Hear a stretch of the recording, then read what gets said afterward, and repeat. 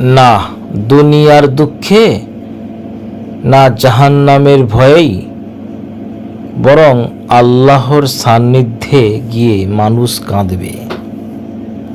যখন আল্লাহ তাআলা পর্দা উন্মোচন করবেন আর বান্দা নিজের রবকে দেখবে, তখন আনন্দে, ভালোবাসায় আর কৃতজ্ঞতায় চোখ থেকে ঝরবে অশ্রু। জান্নাতে এমন এক নিয়ামত আছে যা পেয়ে মানুষ কাঁদবে।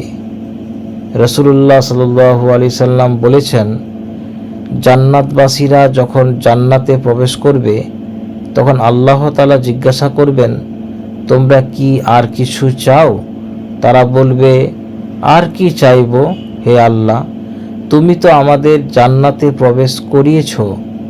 তখন আল্লাহ তাদের জন্য নিজের পর্দা উন্মুক্ত করবেন আর তারা আল্লাহকে দেখবে। জান্নাতবাসীরা এর চেয়ে বেশি প্রিয় কোনো নিয়ামত আর পাবে না। সহিহ মুসলিম। এমন আনন্দের কান্না হবে যা কেবল জান্নাতের মাটিতেই সম্ভব।